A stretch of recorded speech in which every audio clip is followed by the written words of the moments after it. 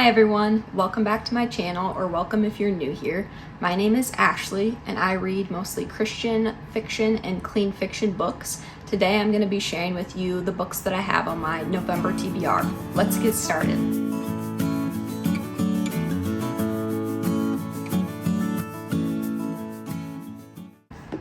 Alright, the first book up is Autumn by the Sea by Melissa Tagg.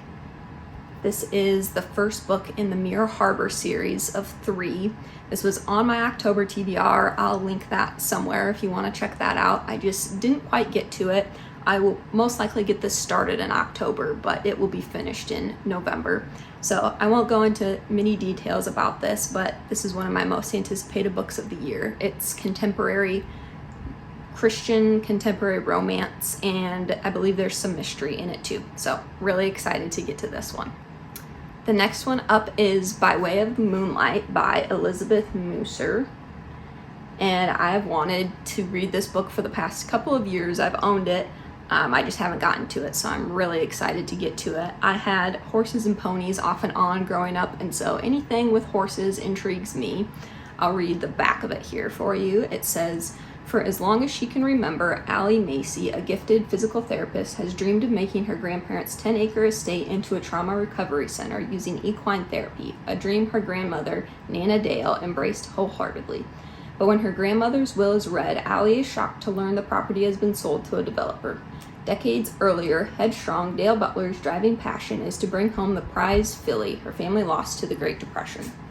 But with World War II looming, she's called upon in ways she never could have imagined. And while her world expands to include new friends and new love, tragedy strikes close to home one fateful night during the Battle of the Atlantic, changing her life forever. As Nana Dale's past comes to light in Allie's search for answers, Dale's courage and persistence may be just what Allie needs to carry on her grandmother's legacy and keep her own dreams alive." So this one sounds really good, and I can't wait to get to it. Then I have The Women of Wynton by Donna Mumma. This is Christian historical fiction and mystery. I haven't heard anything about this book. I haven't heard anything about this author, but I thought it sounded really good. It says, mid-century glam meets murder mayhem. Get swept away to the glamour of a 1950s department store where 4 women's loyalties, vanity, friendship, and detective skills are put to the test. Audrey Pennant.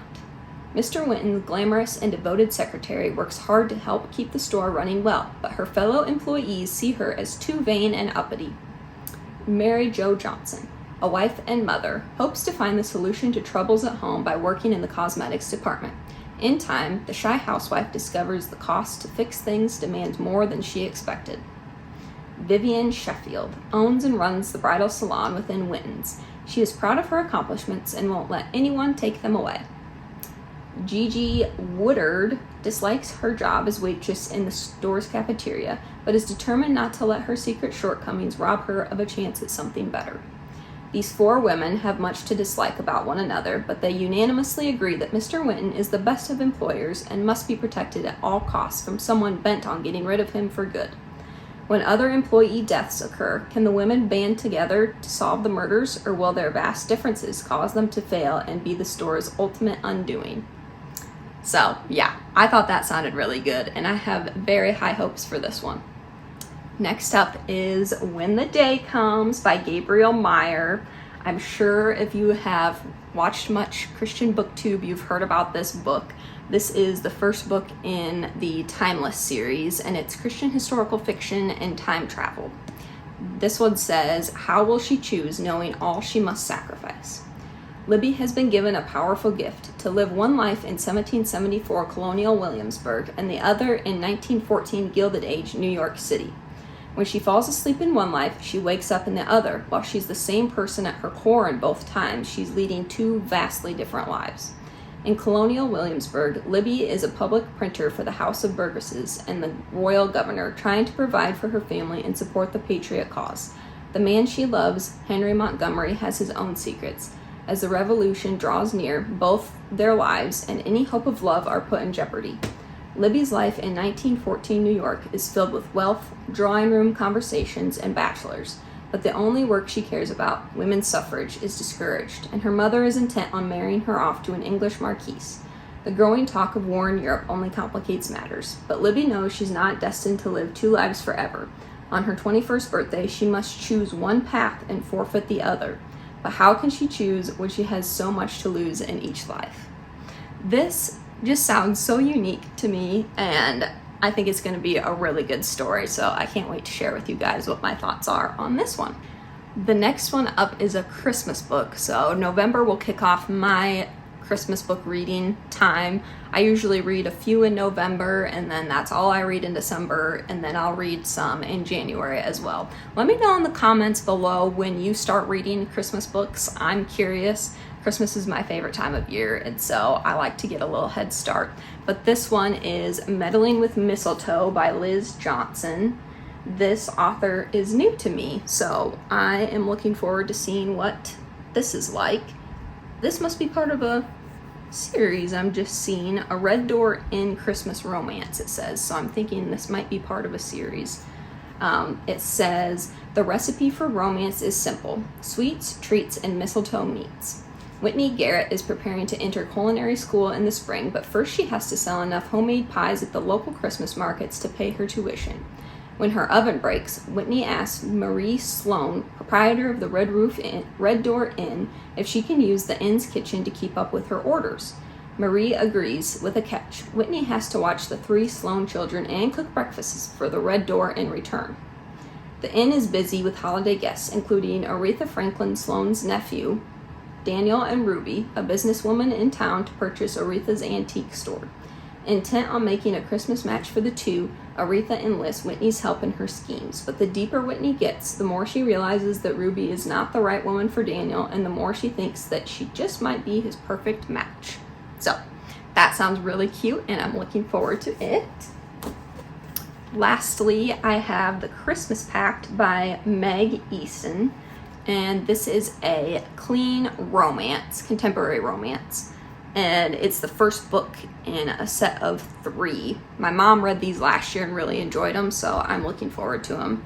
The back of this one says, Noel Allred used to love Christmas, but not anymore. She's completely skipping it this year.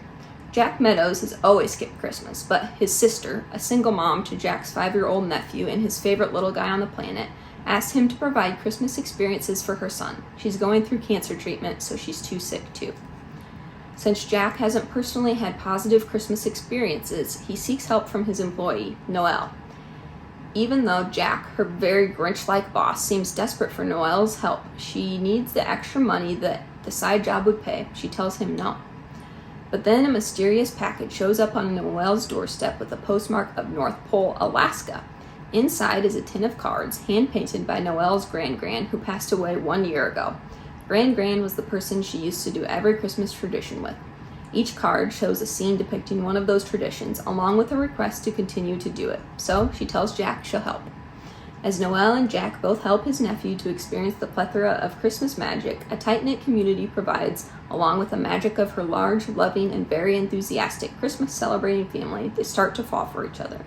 But he's her boss, so a relationship would definitely kick them off of Santa's nice list. So this sounds really cute and heartfelt at the same time, so can't wait to get to that one. All right, those are all the books on my November TBR. I can't believe November is almost here. It's crazy. Remember to comment your Christmas reading timeline down below. I can't wait to talk about that in the comments.